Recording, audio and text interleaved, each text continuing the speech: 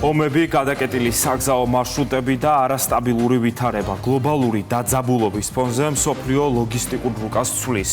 ქვეყნები ახალ და უსაფრთხო გზებს ეძებენ, რომლებიც ტვირთებსა და ენერგეტიკულ ნაკადებს შეუფერხებლად გაატარებს.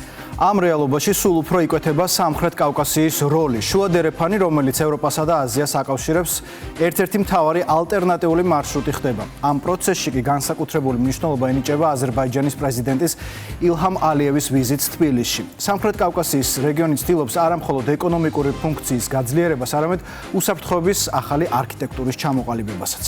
ამ ფონზე საქართველოს პოზიციები ძლიერდება, ინფრასტრუქტურული პროექტები, მათ შორის სარკინიგზო მოდერნიზაცია და არაკლის სპორტი ქმნის საფუძველს, რომ საქართველო გადაიქცეს იმ საკვანძო ქვეყნად, რომელიც ერთმანეთთან აკავშირებს კასპიის რეგიონს, შავ ზღვასა და ევროპას. იზი ბურნაძის რეპორტაჟი.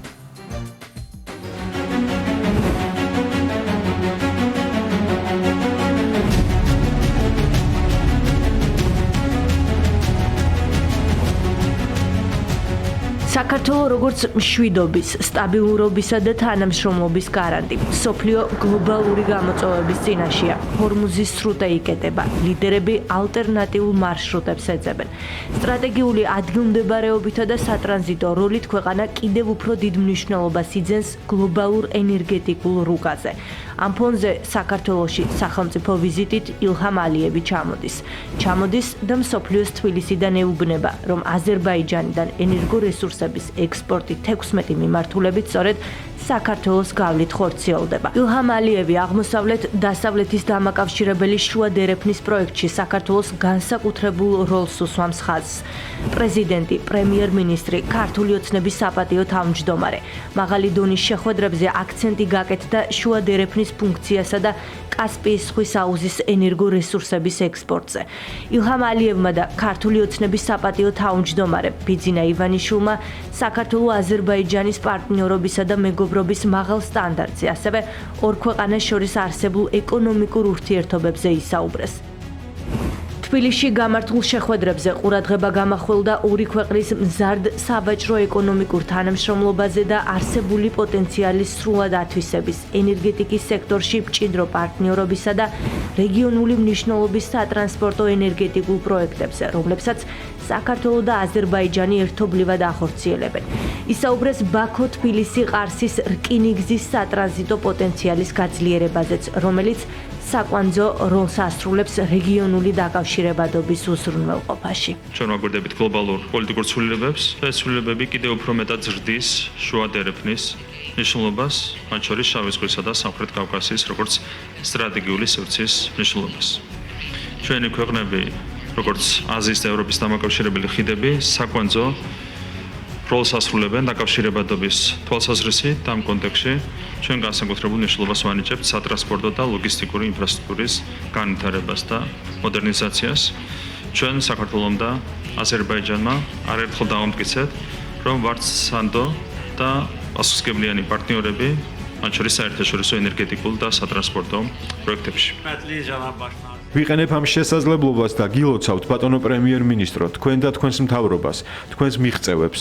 საქართველო დინამიურად ვითარდება, ეკონომიკური ზრდა აქვს ძალიან თვალსაჩინო. თქვენ ძალიან კეთილგანწყობილი საინვესტიციო გარემო შექმნით ქვეყანაში და ძალიან ბევრ უცხოელ ინვესტორს, მათ შორის აზერბაიჯანელ ინვესტორებს, ექმნებათ ძალიან კარგი გარემო, რომ ამ წარმატებაში დამატებითი წვლილი შეიტანონ, რაც კიდევ უფრო შეუწყობს ხელს პოლიტიკურ სტაბილურობას და ეკონომიკურ ზრდას. თქვენ ხართ გარანტორი იმისა, რომ საქართველოს მთავრობის პოლიტიკა განვითარდება საქართველოს მოსახლეობის საკეთილდღეოდ. ჩვენ გვიხარია, რომ ეს ურთიერთობები კიდევ უფრო მეტად განვითარდება თანმიმდევრულად და დინამიურად.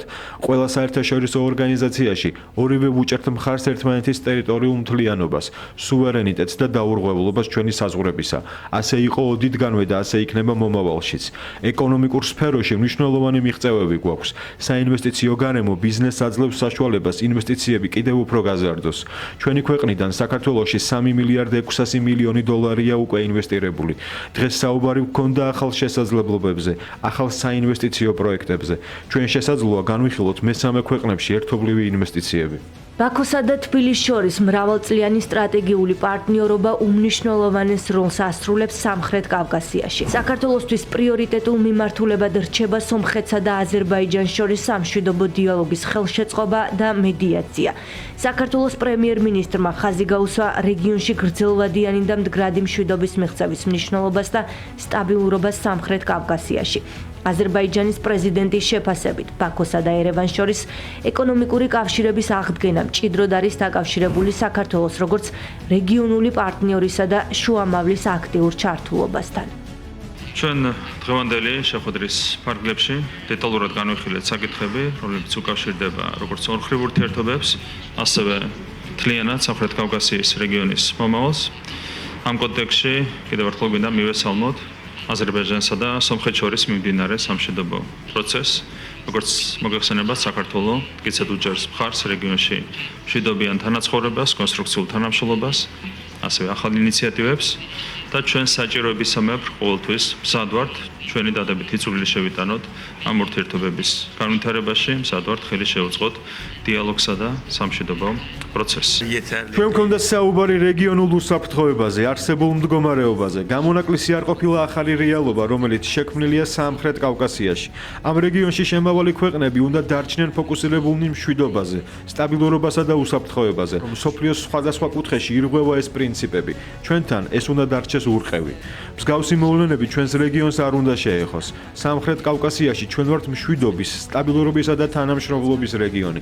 განსაკუთრებით უნდა გაუსვა ხაზი საქართველოს უმნიშვნელოვანეს როლს. ბატონო პრემიერ-მინისტრო, თქვენ ბრძანეთ სამშვიდობო პროცესის შესახებ, რომელიც ჩვენსა და სომხეთს შორის ვითარდება. ის შეთანხმებები, რომელსაც ხელს ვაწერთ, არ არის საკმარისი, იმიტომ რომ სამომავლოდ ყველა ნაბიჯი ამ მშვიდობას უნდა აძლიერებდეს. ეს შეხვედრები, ეს ვიზიტები ზუსტად ამას ემსახურება. ჩვენ დავიწყეთ სომხეთთან ურთიერთობა საქართველოს გავლით და მადლობას ვუხდით საქართველოს მთავრობას ხელშეწყობისთვის.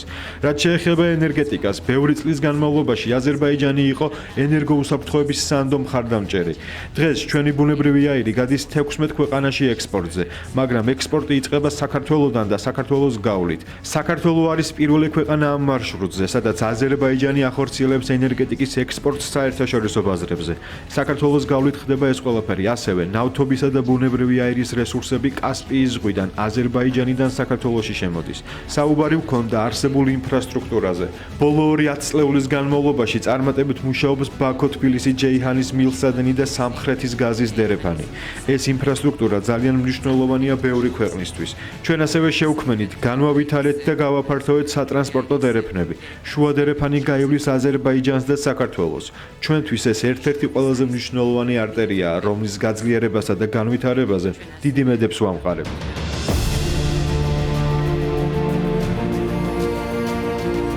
აზერბაიჯანის პრეზიდენტის ვიზიტის პარალელურად თბილისს ყაზახეთის საგარეო საქმეთა მინისტრი სტუმრობდა. ქვეყნის პრემიერ-მინისტრთან შეხვედრაზე განიხილეს ყაზახეთიდან ინვესტიციების ზრდის შესაძლებლობები საქართველოს ეკონომიკის სტრატეგიულ დარგებში.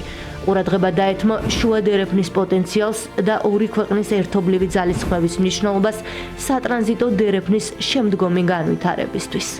საქართველოს როლი ნამდვილად მნიშვნელოვანია რეგიონში და რა თქმა უნდა პარტნიორობა და თანამშრომლობა ცენტრალური აზიის ქვეყნებთან კიდევ უფრო მნიშვნელოვანი ხდება, კიდევ უფრო საჭირო ხდება გლობალური პროცესების გათვალისწინებით. ჩვენ ყაზახეთთან აწლეულების განმავლობაში გვაქვს ძალიან მჭიდრო თანამშრომლობა, მჭიდრო ეკონომიკური კავშირები. შავი ზღვის პორტები იცით რომ არის ძალიან მნიშვნელოვანი ჩვენი ცენტრალური აზიის ქვეყნების პარტნიორებისთვის და რა თქმა უნდა ამ მიმართულებითაც ყაზახეთთან ძალიან მჭიდრო თანამშრომლობა გვაკავშირებს. შუა დერეფნის განვითარება საქართველოს ხელისუფლების პრიორიტეტია. სწორედ ამიტომ კიდევ უფრო მნიშვნელოვან როლს იძენს სანაკლიის პორტის მშენებლობა და ტვირთნაკადების ზრდაც. გადაწყდა, რომ პორტის სამშენებლო პროცესი შემცირებული ხარჯებით აქტიურად განახლდება. მთავრობამ სამშენებლო სამუშაოებთან დაკავშირებული სახელმწიფო ხარჯების ოპტიმიზაცია განახორციელა, რის შედეგადაც 52 მილიონი დოლარი დაიზოგა. უახლოეს დღეებში აქტიურად განახლდება სამშენებლო პროცესი ანაკლიაში, ბევრად უფრო შემცირებული ხარჯებით და ზოგადად უნდა აღინიშნოს, რომ საქართველოს მთავრობა იღებს პასუხისმგებლობას, რომ ყველა ინფრასტრუქტურული პროექტი მაქსიმალურად ხარჯეფექტიანად, მინიმალური საბიუჯეტო დანახარჯებით განხორციელდება. მნიშვნელოვანია ანაკლია, რა თქმა უნდა, არა მხოლოდ ჩვენი ქვეყნისთვის, არამედ ყველა პარტნიორი ქვეყნისთვის, რომელიც აქტიურად ჩართულია შუადერეფნის მიმართულებით და ჩვენ რა თქმა უნდა ანაკლის ხმაწყლოვანი პორტის ამუშავებით განვაგრძობთ ვიყოთ მნიშვნელოვანი პარტნიორი შუადერეფნის კონტექსტში და საქართველოს განაგრძოს მიიღოს კიდევ უფრო მეტი ტვირთი მიიღოს ჩვენ ქვეყანაში და ჩვენი ქვეყნიდან ხელი შეუწყოს ტვირთების და ტვირთნაკადების გადაადგილებას ევროპისა და სხვა მიმართულებებით. იმისთვის, რომ ქვეყანა რეგიონში მთავარ სატრანზიტო ჰაბად იქცეს, დღის წესრიგში კიდევ ერთი საკითხი აქტიურდება.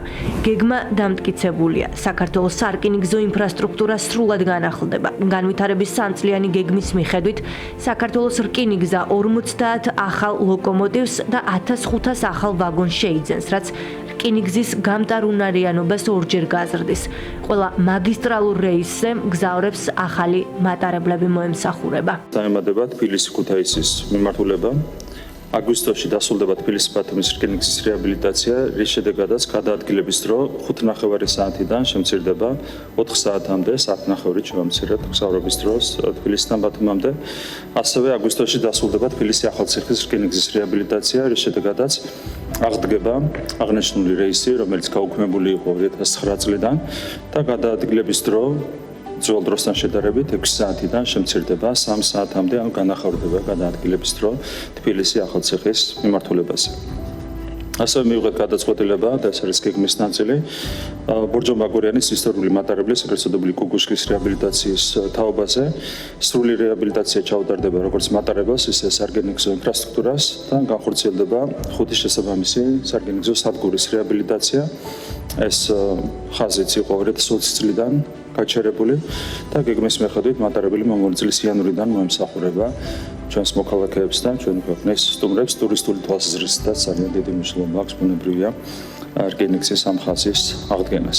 ქვეყნის განვითარებისთვის გადადგმული ნაბიჯები და შედეგები, რომლებიც ციფრებში აისახება. პრემიერ-მინისტრმა საზოგადოებას მთავრობის სხდომაზე ახალი მონაცემები გააცნო. თებერვალში ეკონომიკურმა ზრდამ 8.8% შეადგინა.